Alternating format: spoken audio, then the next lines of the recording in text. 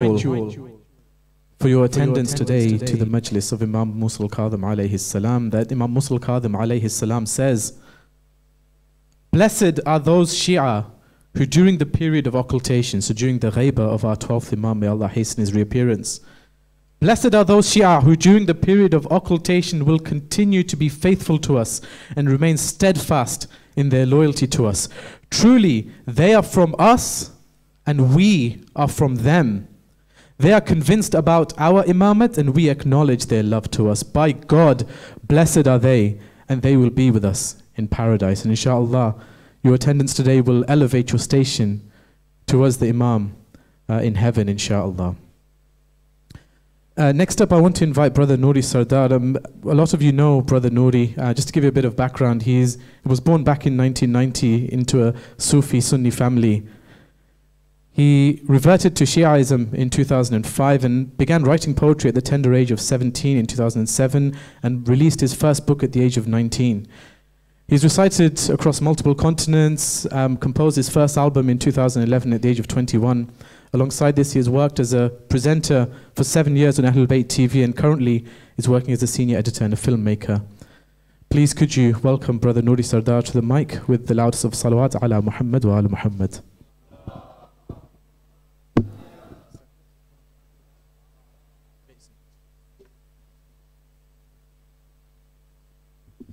Muhammad wa ali Muhammad salawat. Before I start, can I just ask all the brothers to come as close to the front as you can, please? Ali Muhammad. Please, brothers, stand up and come as close to the front as you can. Salli ala Muhammad wa ali Muhammad. A third loud salawat, please. Salawat.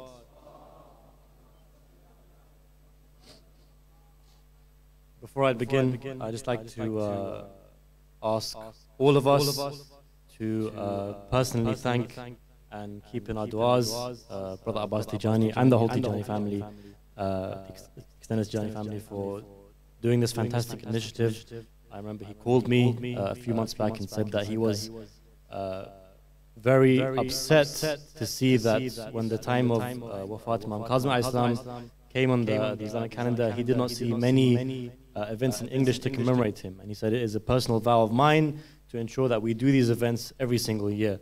And this is the first event of something that will, of a series of events that will no doubt continue, inshallah, till the end of time. And let's keep Brother Abbas in your du'as, and let's have 3 loud salawats for him, please. Salawat.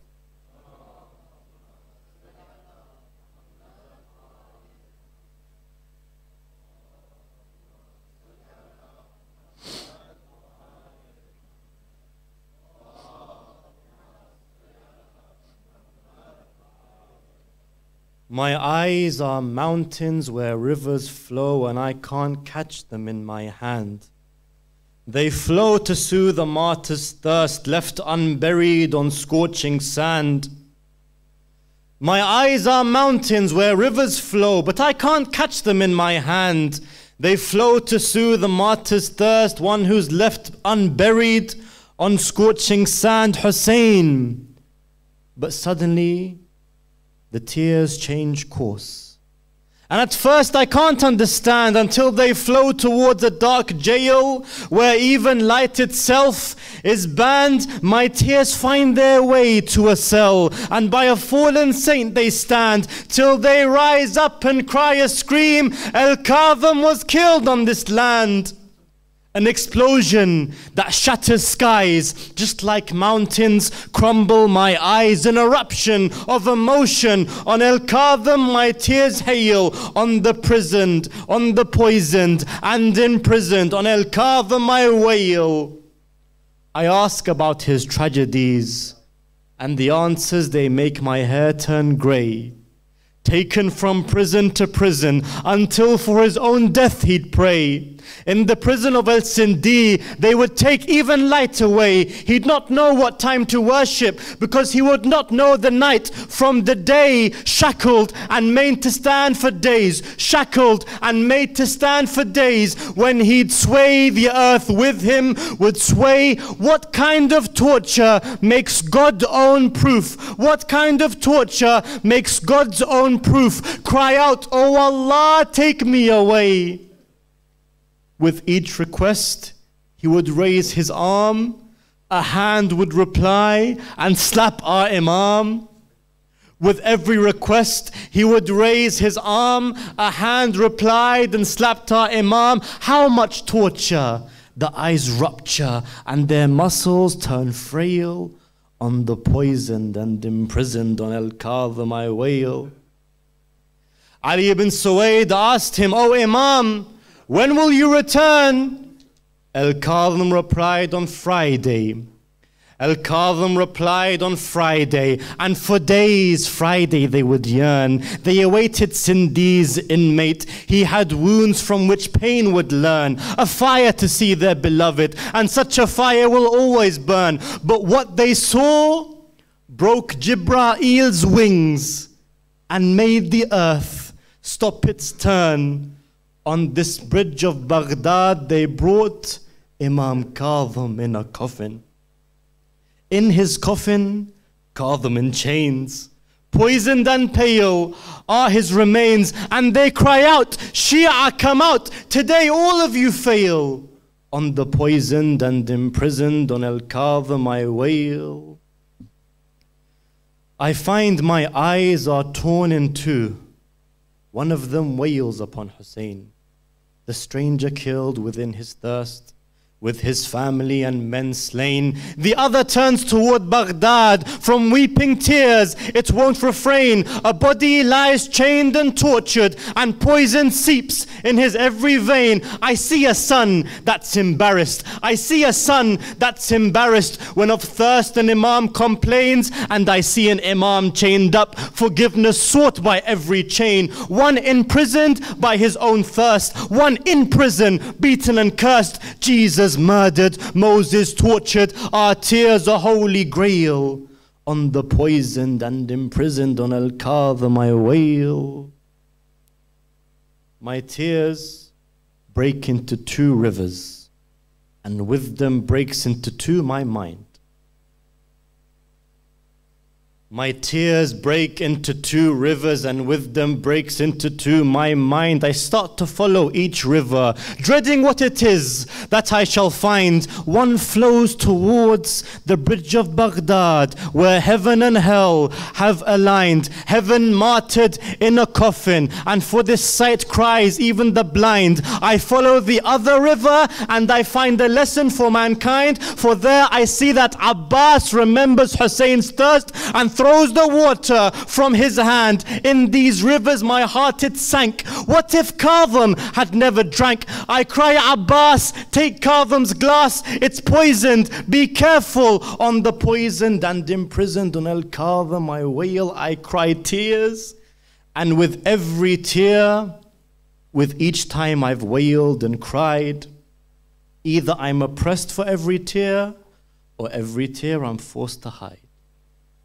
The torture that Kadhim felt in jail, I feel it every day inside. Every time someone is oppressed for having Ali for his pride. But the tears I cry remind me that whoever said he died, they lied. For Kadhim lives in these same tears.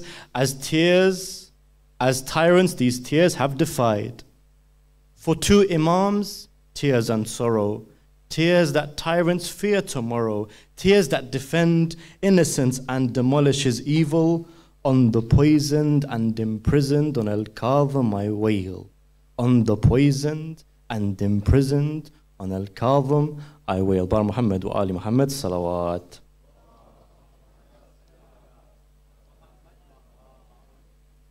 I want you to imagine, of course, we are all the Shia of Musa ibn Ja'far alayhi salam. And indeed, there was a day, much like today, over 1,000 years ago, where in Baghdad, the same Shia gathered, being told that the Imam would be released. And it's been some time since they've seen their Imam.